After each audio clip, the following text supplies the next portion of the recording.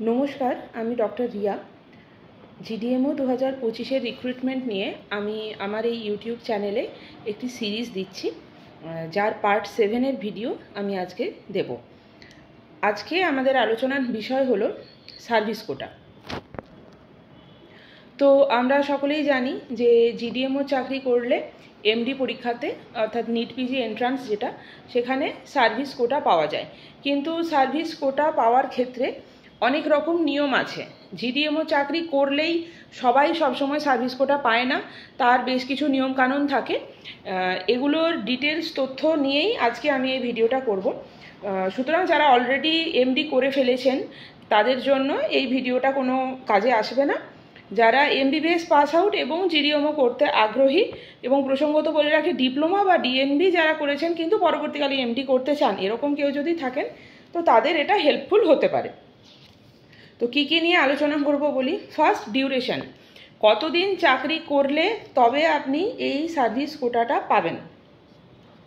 Next হচ্ছে আপনার কোন কোন এরিয়াতে চাকরি করলে, মানে সব হসপিটালেই সার্ভিস কোটা তো পাওয়া যায় না, তাহলে কোনগুলোতে পাবেন কোনগুলোতে পাবেন না, এবং ডিউটি করার সময় ছুটি ইত্যাদি নিলে বা মাঝখানে সার্ভিস ছাড়লে সেক্ষেত্রে সার্ভিস কোটায় কী সুবিধা অসুবিধা আছে সেই বিষয়গুলো বলবো।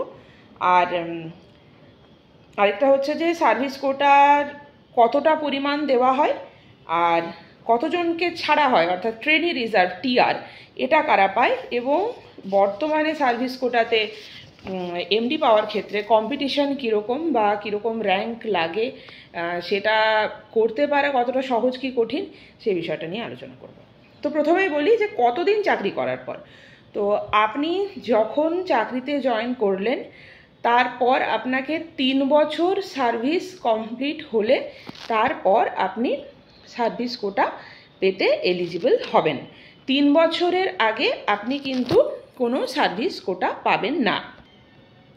এবার বলি, এক্ষেত্রে যে 3 বছর হিসেব করা হয় সেটার ক্ষেত্রে কিন্তু একটা ডেট আছে যেটা সরকার থেকে নির্দিষ্ট করা হয়। তো ধরে নিন এই ডেটটা ওনারা বলল মার্চ মাসের একটা ডেট, বেশিরভাগ ক্ষেত্রে মার্চ মাসেরই ডেটটা থেকে ক্যালকুলেট হয়। এক্ষেত্রে আপনার সার্ভিসের জয়েনিং ডেটটা ইম্পর্ট্যান্ট। কেন ইম্পর্ট্যান্ট? ধরুন 31 মার্চ অবধি এটাকে ওরা ধরবে। তাহলে যে ব্যক্তি 2020 সালে, মনে করুন 2020 জানুয়ারি মাসে জয়েন করেছে, জানুয়ারির ধরুন 15 তারিখে জয়েন করেছে, তাহলে 2020 থেকে 21, 22, 23 3 বছর তার কমপ্লিট হয়ে যাচ্ছে 2023-এর জানুয়ারিতে। কিন্তু ওরা বলছে যে 31 মার্চের মধ্যে আপনাকে 3 বছর কমপ্লিট করতে হবে। যে বছর আপনি সার্ভিস কোটা পাচ্ছেন সেই বছরের মার্চের মধ্যে আপনাকে কমপ্লিট করতে হবে। তাহলে সে যে জানুয়ারিতে জয়েন করছে সে পেয়ে গেল সার্ভিস কোটা। ইভেন মার্চ মাসেরও যে কোনো সময় যারা জয়েন করেছে সেই একই বছরে 2020-তে, তারাও কিন্তু 2023-এই পাচ্ছে 3 বছর হতে না হতেই। এবার মনে করুন কোনো একজন ক্যান্ডিডেট সে জয়েন করলো হয়তো একই সাথে একই প্যানেলে, কিন্তু 15 দিনের মধ্যে জয়েন করতে বলেছে। তো তার ধরুন কেউ জয়েন করেছে মার্চের 25 তারিখে, আরেকজন জয়েন করেছে এপ্রিলের 5 তারিখে, হতেই পারে।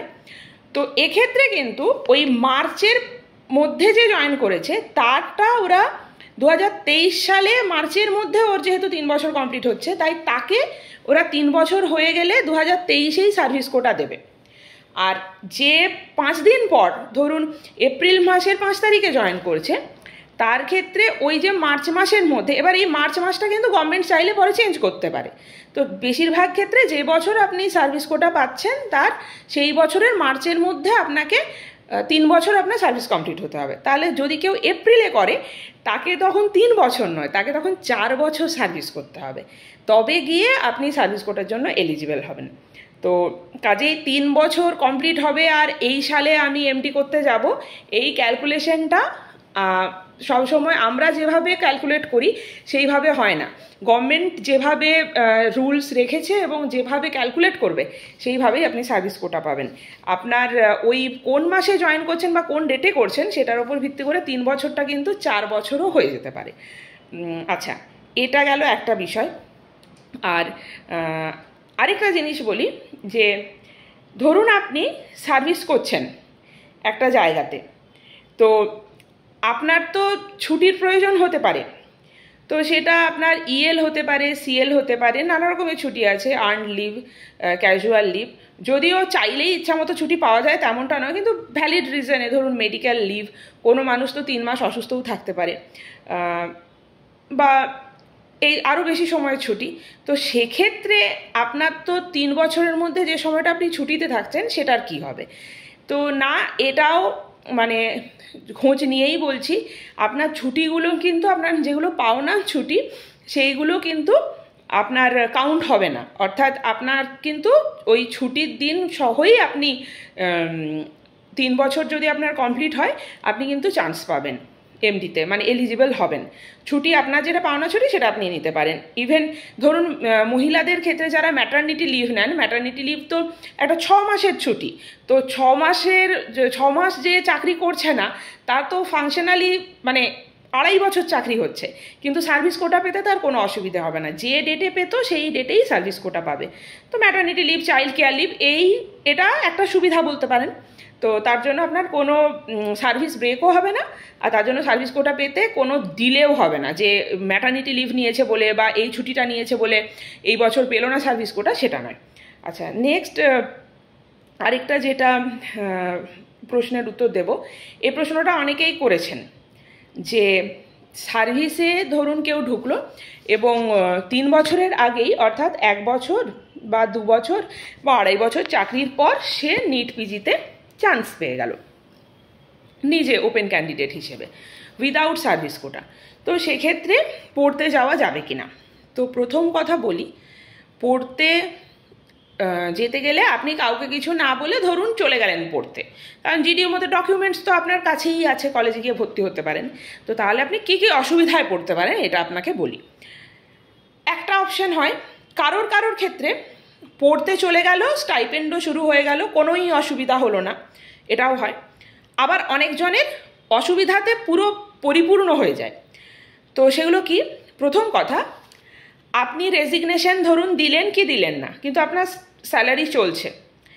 এখন সমস্ত জায়গার সব স্যালারি কিন্তু প্যান নাম্বার দিয়ে হয়। তো একটাই মানুষ, একটাই গভর্নমেন্টের আন্ডারে একটা জায়গা থেকে স্যালারি চলছে, এবং আপনি যে পিজি কোর্সে জয়েন করবেন আপনার তো সেখানে একটা স্টাইপেন্ড থাকবে, সেই স্টাইপেন্ডটাও আপনার একই প্যান নাম্বারে ঢুকবে আর আপনার একই গভর্নমেন্টের থেকে ঢুকবে, ওখানেই আপনি ধরা পড়বেন। এবং যখনই ধরা পড়বেন আগে আপনার স্টাইপেন্ডটা বন্ধ হয়ে যাবে, একটা টাইম পরে আপনার সার্ভিসের স্যালারিটাও স্টপ হয়ে যাবে। আর এই যে বন্ধ হয়ে যাওয়া স্টাইপেন্ড বা বন্ধ হয়ে যাওয়া স্যালারিকে আবার পুনরায় চালু করার পদ্ধতি, সেটা অত্যন্ত জটিল। তার জন্য যথেষ্ট দৌড়োদৌড়ি করতে হয়, তার জন্য স্বাস্থ্য ভবনে বারবার যাওয়া আসা করতে হয়, তার জটিল পদ্ধতি, সেটা আপনাদের করতে হবে। আচ্ছা, নেক্সট হচ্ছে, আপনি ধরুন এমডি করতে চলে গেলেন বা ডিপ্লোমা যেটা পেয়েছেন সেটা পড়তে চলে গেলেন। আপনি এই আশায় গেলেন যে আপনার পরে এই চাকরিটা আমার ধরা রইল, এখন আমি এমডিটা করে আসি, তারপর আবার ফের আমি চাকরিতে ঢুকে পড়ব। ব্যাপারটা এত সহজ নয়। তার কারণ হচ্ছে যে আপনি ওই যে সময়টা অ্যাবসেন্ট থাকলেন উইদাউট সার্ভিস কোটা, যখনই আপনি যাচ্ছেন তখন ওই যে সময়টা আপনি অ্যাবসেন্ট থাকছেন ওটা সার্ভিস ব্রেক হিসেবে কনসিডার হবে। অর্থাৎ আপনার সেটা যত দিনেরই হোক, 2 বছর 3 বছর যেটাই হোক, অর্থাৎ আপনার তখন চাকরি আছে কিন্তু আপনি সেখানে ডিউটি করছেন না। ইভেন আপনি রেজিগনেশন দিলেন কিন্তু অ্যাকসেপ্ট হলো না, সেটাও কিন্তু সার্ভিস ব্রেক হলো। এর ফলে কি হবে? ধরুন এমন একজন ব্যক্তি এমডি করতে চলে গেল যে রেজিগনেশন দিয়েছে, অ্যাকসেপ্ট হয়নি বা রেজিগনেশন দেয়নি। তো ধরুন যে রেজিগনেশন দিয়েছে সে তো আর জিডিএমও করতে চায় না, ফেরত আসতে চায় না, পরবর্তীকালে ধরুন এমইএসে জয়েন করতে গেল, প্রবলেমে পড়বে। অথবা জিডিএমও তো ধরুন পুনরায় ফিরতে চাইছে, রিজয়েনিং নিয়ে একটা প্রবলেম হবে।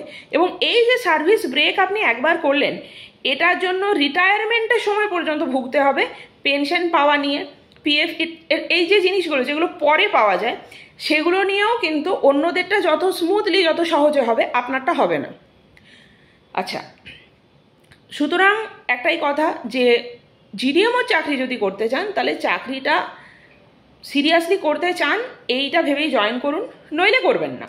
কারণ চাকরিতে ঢুকে যাওয়াটা আপনার ইচ্ছে, চাকরি থেকে বেরোনোটা কিন্তু পুরোপুরি আপনার ইচ্ছাধীন হবে না, এবং পুনরায় জয়েন করতে চাইলে সেটাও পুরোপুরি আপনার ইচ্ছা অনুযায়ী হবে না, তার জন্য অনেক রকম নিয়ম আছে। আচ্ছা, এবার হচ্ছে উইদাউট সার্ভিস কোটা 3 বছর পর যদি কেউ পড়তে যায়, অর্থাৎ আপনি 3 বছর সার্ভিস কমপ্লিট করেছেন, তারপর আপনি পড়তে যাচ্ছেন, ধরুন আপনি কোনো সেন্ট্রাল ইনস্টিটিউটে নিজের যোগ্যতায় চান্স পেলেন, পেতেই পারেন। এবার সেখানে তো সার্ভিস কোটা নেই, সেটা তো ওয়েস্ট বেঙ্গলের মধ্যে নয়, তাহলে সেটা যাওয়া যায় কি যায় না? তো বলি হ্যাঁ, এটা যাওয়া যায়। বা এমনও হতে পারে যে আপনি এমন দূরে র্যাঙ্ক করলেন যে যার ক্ষেত্রে হচ্ছে সেই সিটটা কিন্তু গভর্নমেন্ট ছাড়ছে না, আপনাকে টিআর দিয়ে ছাড়ছে না, অর্থাৎ গভর্নমেন্ট যতজনকে ছাড়তে চায় সেই র্যাঙ্কিংয়ের মধ্যে আপনি আসেননি। তো সেক্ষেত্রে কি আপনি যেতে পারবেন না? হ্যাঁ পারবেন। তখন কি হবে, 3 বছর চাকরি করলে পর আপনি 2 বছর স্টাডি লিভ পান। স্টাডি লিভ যেটা আপনি পান সেটা কিন্তু 2 বছর, এমডি কোর্সটা কিন্তু 3 বছরের। এবার ধরুন আপনি স্টাডি লিভ পেলেন 2 বছর, তো আপনার যদি একটা ডিপ্লোমা কোর্স থাকে, আপনি ওই 2 বছরের ডিপ্লোমাটা করে চলে আসতে পারবেন। এই যে স্টাডি লিভ 2 বছর, তখন কিন্তু আপনার স্যালারিটা কন্টিনিউ হতে থাকবে, ইনক্রিমেন্ট হতে থাকবে, সব সুবিধা আপনি পাবেন। আচ্ছা, এবার 2 বছর পরেও যদি কোর্সটা বাকি থাকে, ধরুন 3 বছরের কোর্স কারোর এমডি বা ডিএমবি, তার কি হবে, তার ওই আরেকটা যেটা বছর সেইটা উইদাউট পেতে তাকে থাকতে হবে। এবার যেহেতু এক্ষেত্রে আপনি 3 বছর চাকরি করার পর পারমিশন নিয়ে গভর্নমেন্টের থেকে যদি যান, স্বাস্থ্য ভবনে অ্যাপ্লিকেশন দিয়ে অ্যাপ্রুভ করিয়ে যান, সেক্ষেত্রে আপনি ফেরত এসে উইদাউট পে হওয়া সত্ত্বেও আপনার চাকরিতে রিজয়েন করার ব্যাপারটা অনেক স্মুথ হবে। কিন্তু ওই রকমভাবে 3 বছরের আগেই যদি আপনি চলে যান, সেক্ষেত্রে কিন্তু পুনরায় চাকরিতে জয়েন করা বা সেখানে স্টাইপেন্ড চালু করা, এই বিষয়গুলো ভীষণই জটিল হবে। হ্যাঁ, আপনি যদি ওয়েস্ট বেঙ্গলের বাইরে চলে যান, সেখানে গিয়ে এমডি করেন, সেক্ষেত্রে আপনার অসুবিধা নাও হতে পারে। আচ্ছা, এবার বলি যে সার্ভিস কোটাটা ডিটেলমেন্টের জন্য প্রভাবিত হয় কিনা, আর ক্যাডার চেঞ্জ করলে প্রভাবিত হয় কিনা। তো বলি ডিটেলমেন্ট কি। ডিটেলমেন্ট হচ্ছে টেম্পোরারিলি আপনার যে হসপিটালে পোস্টিং, সেখান থেকে সেই ডিস্ট্রিক্টের মধ্যে অন্য কোনো একটা অফিসে আপনাকে, অফিস না মানে কোনো একটা হসপিটালে আপনাকে পোস্টিং দেওয়া হলো। সেটা 2 মাস, 6 মাস, 8 মাস হতে পারে। এটা অত্যন্ত স্বাভাবিক বিষয়, এটা বহু মানুষের হয়।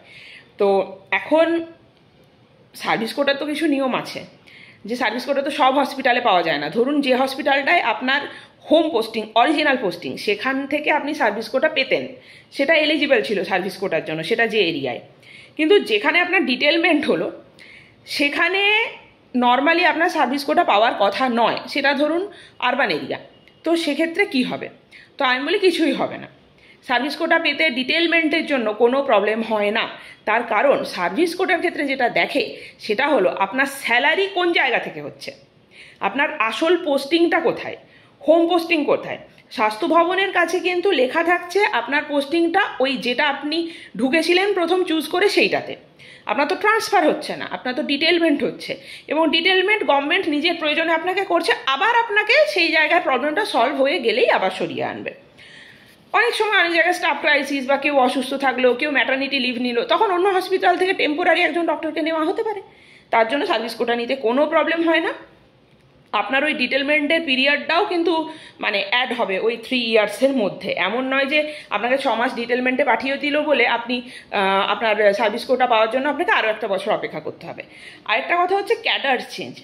ক্যাডার চেঞ্জ বলতে ধরুন জিডিএমও হচ্ছে হেলথ সার্ভিস ক্যাডার, আর WBPHAS বলে পাবলিক হেলথ অ্যান্ড অ্যাডমিনিস্ট্রেশন, তো এটা একটা আলাদা ক্যাডার হয়ে গেছে এখন। এর আন্ডারে থাকছেন যারা বিএমওই, সিএমওই এবং অন্যান্য অ্যাডমিনিস্ট্রেটিভ পোস্টে যারা কাজ করছেন তারা। তো অবশ্যই প্রথম ধাপ তো বিএমওইচ।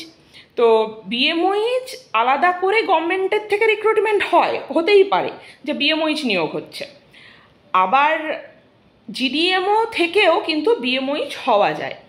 তো প্রথমে প্রাথমিকভাবে কেউ অ্যাক্টিং বিএমওইচ হতে পারেন, অর্থাৎ তার সেই হসপিটালের যিনি বিএমওইচ হলো তিনি হয়তো রিটায়ারমেন্ট হলো বা তিনি হয়তো এমডি করতে চলে গেলেন, তো তার জায়গায় কোনো একজন বিএমওইচের দায়িত্বটা নিল, বিএমওইচের চার্জ নিল, তো তখন সে বিএমওইচ হলো। এবং যেহেতু এখন এটা আলাদা ক্যাডার হয়ে গেছে, এখন বিএমওইচদেরকে হসপিটালে কোনো ডিউটিও করতে চায় না, তো অনেকেই এখন বিএমওইচ হয়ে যায়, মানে মেডিকেল অফিসার থেকে ওরকম অ্যাক্টিং বিএমওইচ হলো। এরপর সে যদি ইচ্ছুক হয় তাহলে সে ক্যাডার চেঞ্জের জন্য আবেদন করতে পারে, অর্থাৎ সে তখন হেলথ সার্ভিস ক্যাডারের বদলে ওই পিএইচএএস ক্যাডারে চেঞ্জ করছে। সেক্ষেত্রে সার্ভিস কোড, এবার এটা আপনি নিজেও করতে পারেন, আপনার ক্ষেত্রেও হতে পারে, আমার ক্ষেত্রেও হতে পারে। তো সেটা যদি কেউ করে তার কি সার্ভিস কোটা পেতে কোনো অসুবিধা হবে?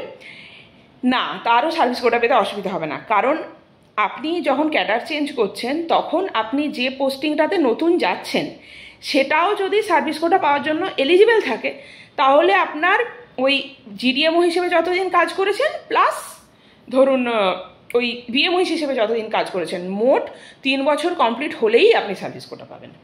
সেক্ষেত্রে কোনো অসুবিধাই হবে না। আর বিএমওইচ জেনারেলি রুরাল এরিয়াতেই হয়, বিএমওইচ তো মানে আরবান এরিয়াতে থাকে না। যদি আপনি বিএমওইচের বদলে বলেন সুপার, এগুলো তো সুপার চট করে মানে খুব কম বয়সে বিএমওইচের মানে বিএমওইচ হওয়ার আগেই কেউ ধরুন মেডিকেল অফিসারের চাকরি 1-2 বছর করলো, 3 বছরও হয়নি, তো সেরকম খুব একটা দেখিনি, তো জানি না হয় কি না, কিন্তু বিএমওইচ ভেরি কমন, বিএমওইচ কিন্তু হয়। তো বিএমওইচ হলে আপনার সার্ভিস কোটা পেতে কিছুই অসুবিধা হবে না। যদি আপনি আবার একটা এমন জায়গাতে বিএমওইচ হন, সেটা অন্য ডিস্ট্রিক্টও হতে পারে, আপনার অনেকে অন্য ডিস্ট্রিক্টেরও বিএমওইচ হয়ে গেছে কিন্তু তারাও সার্ভিস কোটা পাচ্ছে, পড়তে যাচ্ছে, কোনো অসুবিধে সেক্ষেত্রে হচ্ছে না। আপনার যদি অ্যাডমিনিস্ট্রেটিভ ক্যাডার পছন্দ হয়, অ্যাডমিনিস্ট্রেটিভ কাজ পছন্দ হয়, আপনি কিন্তু জিডিএমও থেকে চাইলে বিএমওইচে কনভার্ট হতে পারেন, সেক্ষেত্রে স্যালারিও কিছুটা বাড়বে। আচ্ছা, এরপর হচ্ছে কোন কোন হসপিটালগুলো আপনার সার্ভিস কোটার জন্য এলিজিবল। জিডিএমও চাকরি করা মানেই আমি সার্ভিস কোটা পাবো, ব্যাপারটা এরকম নয়। তো এক্ষেত্রে সরকার যে টার্মটা ইউজ করে rural, remote and difficult area. Rural area আর রিমোট অ্যান্ড ডিফিকাল্ট এরিয়া, এর মধ্যে কারা পড়ছে সেটা আপনাকে দেখতে হবে। তো আমি খুব সহজ ভাষায় বলি, রুরাল এরিয়া কি করে বুঝবেন? বোঝা বলতে, আপনি যখন ভ্যাকেন্সি লিস্টটা দেখছেন, আপনার প্যানেলে নাম আসলো, এরপরে সরকার একটা ভ্যাকেন্সি লিস্ট দিল যে এইগুলো ভ্যাকেন্সি আছে, তখন তো আপনি নিজের পছন্দ মতো কি আপনার বাড়ির কাছে কি আপনি কোন এলাকায় সেটেল হতে চান সেই অনুযায়ী তো দেখে একটা মানে নিজের লিস্ট তৈরি করবেন। তো সেই ক্ষেত্রে আসছে মানে পোস্টিংটা কোন এরিয়ায় সেটা খোঁজার ব্যাপার। তো যে হসপিটালটা আপনি জানতে চাইছেন সেটা পঞ্চায়েত এরিয়া যদি হয় তার মানে আপনি এলিজিবল, এটা সহজ ভাষায় আমি বললাম। তাহলে কারা এলিজিবল নয়? উল্টোগুলো, অর্থাৎ যারা মিউনিসিপ্যালিটি এরিয়ার মধ্যে পড়ছে, কোনো আরবান এরিয়া, শহর সোজা কথায়। তো এবার শহর বা গ্রাম সেটা আমার বা আপনার চোখে দেখে মনে হলে হবে না, সরকারিভাবে সেই জায়গাটা পঞ্চায়েত এরিয়া হতে হবে, সরকারিভাবে সেটা মিউনিসিপ্যাল এরিয়া হওয়া চলবে না, কোনো মেট্রোপলিটন সিটি হওয়া যাবে না। যেমন আমি উদাহরণ দিয়ে বলি, ধরুন কলকাতা কিন্তু একটা মেট্রোপলিটন সিটি, তাহলে কলকাতার মধ্যে যে হসপিটালগুলো সেটা একটা ছোট হসপিটাল হোক বা বড় হসপিটাল হোক, আপনার মনে হতে পারে যে এটা তো একটা ছোট হসপিটাল, এখানে তো এমন বিশাল কিছুই পরিকাঠামো নেই, তাহলে এটাতে সার্ভিস কোটা পাওয়া যেতে পারে না। লোকেশনের ওপর ডিপেন্ড করছে, সেটা তো কলকাতার মধ্যে, সেটা মেট্রোপলিটন এরিয়ার মধ্যে। যেমন ধরুন নিউ টাউন যদি মেট্রোপলিটন এরিয়ার মধ্যে হয় তো সেইখানে একটা হসপিটাল আছে, সেটা সার্ভিস কোটা সেখানে চাকরি করলে আপনি পাচ্ছেন না, কিন্তু ওই নিউ টাউন থেকেই 5 কিলোমিটার এগিয়ে গেলেন আপনি, তো সেই 5 কিলোমিটার দূরের যে জায়গাটা সেটা কিন্তু মেট্রোপলিটন এরিয়ার বাইরে, সেখানে মিউনিসিপ্যালিটি নেই বা মেট্রোপলিটন সিটির মধ্যেও সেটা পড়ছে না, তাহলে সেইখানে সে পেতে পারে সার্ভিস কোটা। মানে সার্ভিস কোটা পুরোপুরি ডিপেন্ড করছে জায়গাটার জিওগ্রাফিক্যাল লোকেশনের ওপর, জায়গাটা কতটা উন্নত বা অনুন্নত তার ওপর, বা হসপিটালটা ছোটো না বড়ো এর ওপর একেবারেই ডিপেন্ড করছে না। একদম ধরুন প্রত্যন্ত গ্রামে কিন্তু সেই হসপিটালটা খুব ভালো হতে পারে, খুব সেখানে ওয়ার্ক প্রেশার অনেক বেশি হতে পারে, সেখানে ফেসিলিটিও ভালো থাকতে পারে, কিন্তু সেখানে আপনি পাবেন সার্ভিস কোটা। কোনো ক্যান্টনমেন্ট এরিয়া হওয়া যাবে না, সেখানে কোনো মানে টাউন এরিয়া কমিটি থাকা যাবে না, টাউন এরিয়া হওয়া যাবে না, যেখানে একটা কমিটি দিয়ে সেই টাউনের পুরো ব্যাপারটা দেখভাল করা হচ্ছে। আর হচ্ছে ইন্ডাস্ট্রিয়াল টাউন যেন না হয়, মানে ধরুন শিল্প শহর যেগুলো, শিল্প শহর যেখানে প্রচুর কলকারখানা আছে, যেটা ইন্ডাস্ট্রিয়াল বেল্ট, সেগুলোকে কিন্তু ডেভেলপড এরিয়া হিসেবে দেখা হয়। সেগুলো কখনোই আপনার মানে সার্ভিস কোটার আন্ডারে পড়বে না। আচ্ছা, আর হচ্ছে যে এটা গেল রুরালের মধ্যে, আর কারা পড়ছে না। এইবার রুরাল এরিয়া ছাড়াও কয়েকটা জায়গা আছে যেখানে আপনি মানে মিউনিসিপ্যালিটি ধরুন আছে, বা এগুলোর মধ্যে কোনো সুযোগ সুবিধা আছে, কিন্তু তবুও আপনি হয়তো সেখানে সার্ভিস কোটা পেতে পারেন। সেটা কি না, যেটাকে ওরা বলছে ডিফিকাল্ট অ্যান্ড রিমোট এরিয়া, তার মধ্যে কি পড়ছে প্রধানত পাহাড়ি এলাকা। পাহাড়ি এলাকা মানে হচ্ছে আপনার একদম শিলিগুড়ি প্রপার টাউনের ওপরে কোনো একটা জায়গা, সেটাকে আপনাকে নাও ধরতে পারে। মানে সোজা কথা হচ্ছে গোর্খাল্যান্ডের মধ্যে যেটা পড়ছে, গোর্খাল্যান্ডের মধ্যে মানে গোর্খাল্যান্ড টেরিটরি অ্যাডমিনিস্ট্রেশন অ্যাক্ট বলে একটা রুল আছে, আপনি গুগলে পেয়ে যাবেন এটা। তো ওই গোর্খাল্যান্ড টেরিটরি অ্যাডমিনিস্ট্রেশন অ্যাক্টের আন্ডারে গোর্খাল্যান্ড বলে, গোর্খাল্যান্ড এরিয়া হিসেবে যে এলাকাগুলোকে ধরা হচ্ছে, তার যে কোনো হসপিটাল হচ্ছে আপনার সার্ভিস কোটার জন্য এলিজিবল। যে কোনো হসপিটাল, সেটা সাব ডিভিশনাল হতে পারে, সেটা সুপার স্পেশালিটি হতে পারে, এনি হসপিটাল উইদিন গোর্খাল্যান্ড। সেই রকম এটা গেল উত্তরবঙ্গ। সেরকম ধরুন পশ্চিম দিকে যেগুলো ডিস্ট্রিক্টগুলো, বাঁকুড়া, পুরুলিয়া, এদের যেগুলো রুরাল জায়গা, তারা আবার পড়ছে সার্ভিস কোটার মধ্যে। সেখানে একটা বড় হসপিটাল থাকলেও হবে। কেন না, ওখানে যেমন আপনি বললাম গোর্খাল্যান্ড টেরিটরি অ্যাডমিনিস্ট্রেশন অ্যাক্ট, সেরকম বাঁকুড়া পুরুলিয়া সাইডে চলে হচ্ছে পশ্চিমাঞ্চল উন্নয়ন পর্ষদ। মানে এগুলোকে কম ডেভেলপড এরিয়া হিসেবে দেখা হচ্ছে, এবং পশ্চিমাঞ্চল উন্নয়ন পর্ষদ অবশ্যই বাঁকুড়া টাউনের ওপরে বাঁকুড়া মেডিকেল কলেজ বা পুরুলিয়া মেডিকেল কলেজ, সেখানে আপনি সার্ভিস কোটা পাবেন না। কিন্তু পশ্চিমাঞ্চল উন্নয়ন পর্ষদের আন্ডারে যেগুলো পড়ে, অ্যাজ ফর এক্সাম্পল আমি বলছি, ধরুন পুরুলিয়ার অযোধ্যা পাহাড়ের ওপরে একটা আদিবাসী গ্রাম, সেইখানে একটা হসপিটাল। তো ডিপেন্ড করছে না সেখানে রাস্তা ভালো কি খারাপ, ডিপেন্ড করছে না সেখানে সারাক্ষণ বাস সার্ভিস বা গাড়ি সার্ভিস হয়তো রয়েছে, হয়তো সেখানে 24 আওয়ার্স অ্যাম্বুলেন্স পরিষেবাও রয়েছে, সেখানে হয়তো চাকরি করতে যোগাযোগ ব্যবস্থা বিশাল অনুন্নত, এরকমটা নয়, কিন্তু সেখানে আপনি সার্ভিস কোটা পাবেন, কারণ ওটা পশ্চিমাঞ্চল উন্নয়ন পর্ষদের আন্ডারে পড়ছে কিনা এটাই ইম্পর্টেন্ট। তো এটা গেল। সেরকম রয়েছে সুন্দরবন উন্নয়ন পর্ষদ। সুন্দরবন উন্নয়ন পর্ষদ মানে যে সুন্দরবন এলাকায় যে ছোটোখাটো দ্বীপগুলো রয়েছে ধরুন, তার মধ্যে সুন্দরবন উন্নয়ন পর্ষদের আন্ডারে যে এরিয়াগুলো পড়ছে, সেখানকারও ওরকম যে কোনো হসপিটাল, সেটা মহকুমা হসপিটাল হতে পারে, সেটা বিপিএইচসি হতে পারে, বা দেখুন যে হসপিটালগুলোর নামের শেষে রুরাল হসপিটাল লেখাই আছে, যে এই রুরাল হসপিটাল, ওই রুরাল হসপিটাল, তো সেইটার জন্য তো আপনার কোয়ারি করার দরকার নেই, যার নামের সঙ্গেই রুরাল হসপিটাল আছে। যেগুলোতে নেই, অন্য কিছু একটা নাম আছে, সেইগুলো, কারণ পিএইচসি আরবান পিএইচসিও হয়, আবার পিএইচসি প্রত্যন্ত এলাকাতেও হয়, তো সেই ক্ষেত্রে এগুলো একটু ভেরিফাই করে তারপর জয়েন করবেন। নাহলে আপনি মানে হয়তো জয়েন করলেন সার্ভিস কোটার আশায়, আর দেখলেন যে আপনার অফিসিয়াল পোস্টিং যেটা, সেখানে সার্ভিস কোটা নেই, তাহলে আপনার হলো না, কারণ স্যালারি যেখান থেকে হবে সেখানটা এলিজিবল হতে হবে। আচ্ছা, এর সঙ্গে রয়েছে হচ্ছে ওই যে বললাম যে গোর্খাল্যান্ড, সেরকম পশ্চিমাঞ্চল উন্নয়ন পর্ষদ, সুন্দরবন উন্নয়ন পর্ষদ, আর লাস্ট যেটা আছে উত্তরবঙ্গ উন্নয়ন পর্ষদ। উত্তরবঙ্গ উন্নয়ন পর্ষদের আন্ডারে পড়ছে যে ধরুন জলপাইগুড়ি বা কোচবিহার বা অন্য যে উত্তরবঙ্গের জেলাগুলো, এদের যে গ্রাম এলাকা, যেগুলো হচ্ছে উত্তরবঙ্গ উন্নয়ন পর্ষদের আন্ডারে পড়ে, তো সেখানকার যে হসপিটালগুলো সেগুলো পাবেন সেই এলাকাগুলো, এই উত্তরবঙ্গ উন্নয়ন পর্ষদের আন্ডারে যেগুলো পড়ছে। তো যাই হোক, আমি বোঝানোর চেষ্টা করলাম, জানি না কতটা বোঝাতে পারলাম। আর আরেকটা সহজ কথা বলি, যে কিছুই যদি মানে খুঁজে যদি একদম না পান, তো গুগলে সেই হসপিটালটার নাম দেবেন, সেই জায়গাটার এবং হসপিটালটার নাম দেবেন। আপনাদের যখন লিস্টটা বেরোবে না, মানে ভ্যাকেন্সির লিস্টটা যখন বেরোবে, তখন কিন্তু প্রত্যেকটার একদম ডিটেলস, একদম পিনকোড সহ, ডিস্ট্রিক্ট সহ, মানে খুব সুন্দরভাবে কিন্তু অ্যাড্রেসটাও লেখা থাকে। আর সেক্ষেত্রে ওইটা গুগলে পুট করবেন, গুগল ম্যাপেও দেবেন, আর এমনি নর্মাল গুগলে সার্চ করবেন পিনকোড সহ, দিয়ে দেখবেন যে ওটা এগুলোর মধ্যে পড়ছে কিনা, অ্যাটলিস্ট পঞ্চায়েত এরিয়া কিনা বা মিউনিসিপ্যাল এরিয়া কিনা। যদি উত্তরবঙ্গে হয় তাহলে তো গোর্খাল্যান্ড বা উত্তরবঙ্গ উন্নয়ন পর্ষদের মধ্যে পড়ছে কিনা সেগুলো চেক করবেন। সেটা চেক করলেই আপনি দেখতে পেয়ে যাবেন। আর এমনও হয় কিছু কিছু প্রত্যন্ত এলাকায় এমনই জায়গায় পিএইচসি রয়েছে বা বিপিএইচসি রয়েছে বা হয়তো রুরাল হসপিটাল রয়েছে, তো সেগুলো সংখ্যা খুবই কম, কিন্তু আছে এরকম, যেটা আপনি গুগলে যদি এখন দেন, গুগলে কোনো আপনি সেটার মানে দেখতেই পাবেন না, মানে গুগল সেটা দেখাতেই পারবে না, কোনো খোঁজই পাবেন না। তো আমার সাজেশন, যদি কোনো জায়গায় এরকম হয় যেটা আপনি গুগলে দিচ্ছেন অথচ কোনো ট্রেস পাচ্ছেন না, কিন্তু সেটা এক্সিস্ট করছে, মানে গভর্নমেন্টের ভ্যাকেন্সি লিস্টে আছে, তো আপনি একদম 100% শিওর থাকুন যে ওখানে আপনার সার্ভিস কোটা কোনোভাবেই আটকাবে না। কারণ তার মানে সেটা এতটাই প্রত্যন্ত এলাকা, এতটাই রুরাল এবং রিমোট এরিয়া, যে তার মানে সেখানে তো ডেফিনেটলি আপনি সার্ভিস কোটা পাবেন। আচ্ছা, তো এইগুলো গেল কোন কোন এরিয়া। নেক্সট যেটা, সেটা হচ্ছে কারা কারা, মানে কোন কোন ডিপার্টমেন্টে কাজ করলে পাওয়া যায়, সেটা হচ্ছে দেখুন, ডেমনস্ট্রেটর বলে একটা পোস্ট হয়, আপনারা জানেন, যেটা হচ্ছে MBBS হিসেবেই টিচিং জবে কিন্তু জয়েন করা যায়।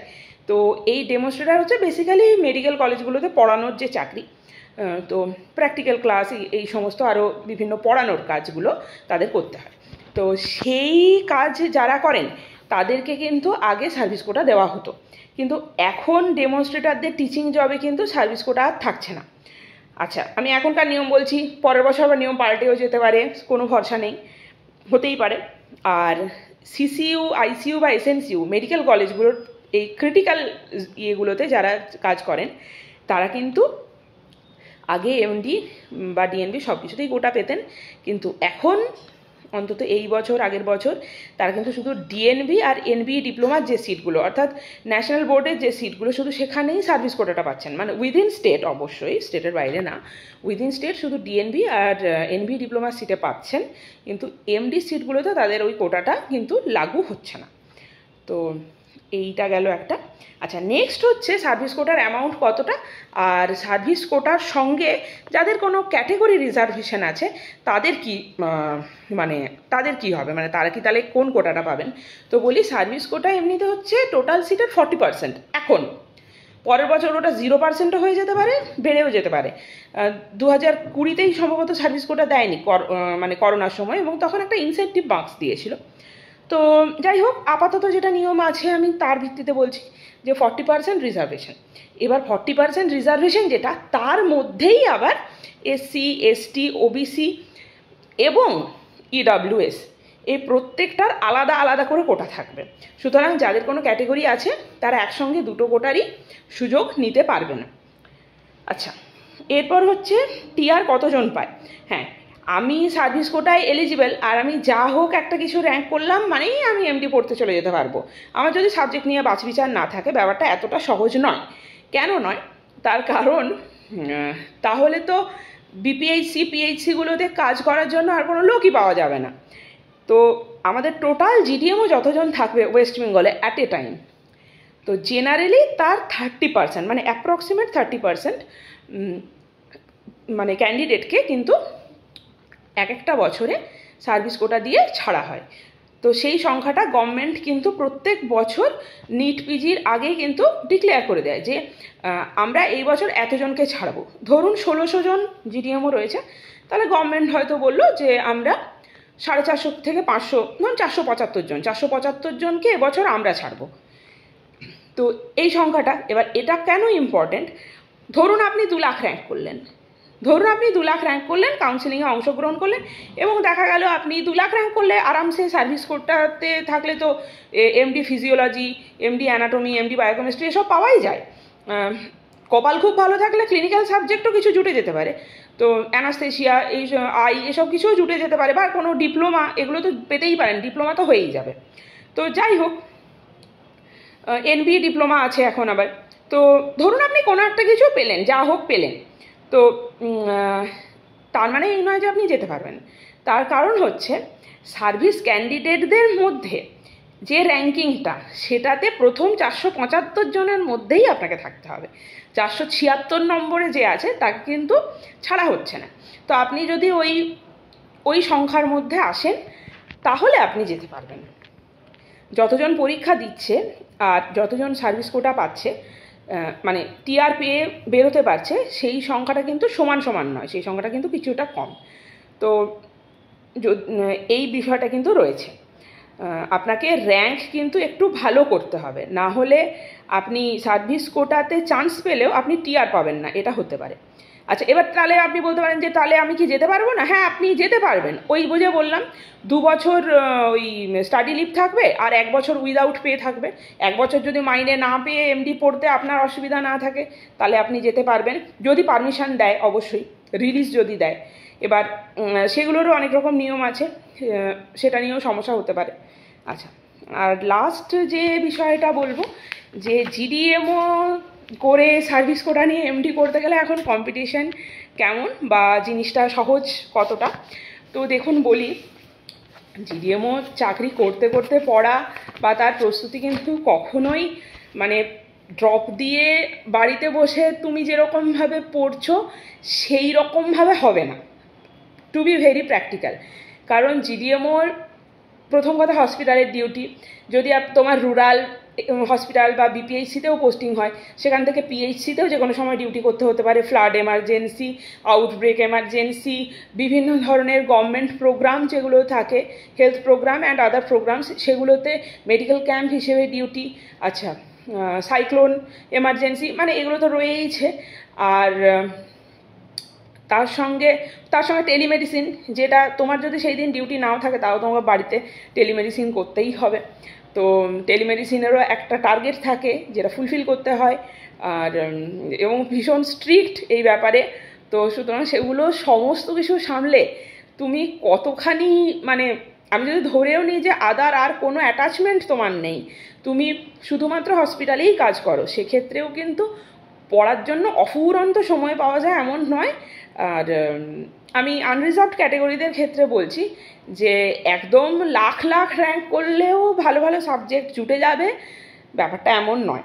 আরেকটা জিনিস যেটা এখন হয়ে দাঁড়িয়েছে, যে আগে হয়তো জিডিএমওর ব্যাপারে লোকের এতটা আগ্রহ ছিল না, কিন্তু এখন অনেক ভালো স্টুডেন্ট যারা হয়তো ফ্রেশ ক্যান্ডিডেট হিসেবে 30,000 র্যাঙ্ক করেছে, 25,000 র্যাঙ্ক করেছে, কিন্তু তার টার্গেট হচ্ছে মেডিসিন বা রেডিওলজি, তারাও কিন্তু জিডিওর মধ্যে ঢুকছে ওই সার্ভিস কোটাটার জন্য। তো তারা শুধু চাকরিটা করছে আর বাড়িতে বসে মন দিয়ে পড়ছে, তো তাদের ডেডিকেশন আলাদা। তারা কোচিং নিচ্ছে হাজার হাজার টাকা দিয়ে, তারা ক্লাসও করছে, যদিও হ্যাঁ তুমি ক্লাস মানে জিডিএমওর সব ডিউটি করে এবং এই সমস্ত তার সাথে বিভিন্ন ট্রেনিং থাকে, সেইগুলো সব অ্যাটেন্ড করে তুমি যে সবসময় regular class face to face class করতে পারবেই তার কোনো মানে নেই, তোমার মাঝে মধ্যেই সেগুলো কিন্তু ডিস্টার্ব হবে, আর আনইন্টারাপ্টেডভাবে তুমি করতেও পারবে না। তবুও ধরো অনলাইন কোচিং তো এখন হয়েই গেছে, সেগুলো সবাই নিচ্ছে। তো মানে জিডিএমও করছে কিন্তু এমডির জন্য কিছুই পড়াশোনা করছে না, এই ধরনের ক্যান্ডিডেট এখন আর পাওয়া যাবে না। এখন সবাই খুব কম বয়সেই জিডিএমওতে ঢুকছে। তুমি বিভিন্ন হসপিটালগুলোতে মানে এজেড এবং অনেক পুরনো যারা সার্ভিস করছেন এরকম বরং কম, বেশিরভাগই খুব কম বয়সী এবং বেশিরভাগেরই বয়স ধরো 30-এর নিচে। তো তারা খুবই ডেডিকেটেড পড়াশোনার ব্যাপারে এবং এমডির ব্যাপারে।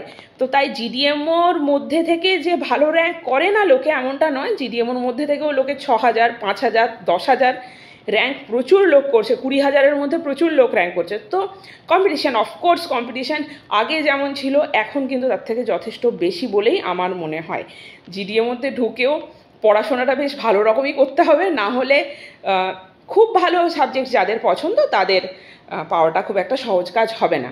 আর যদি সার্ভিস কোটার লোভ না থাকে, যদি মনে হয় যে চাকরি করছি চাকরিটাই আমার উদ্দেশ্য, তো তাদের ক্ষেত্রে তো কোনো ব্যাপার না।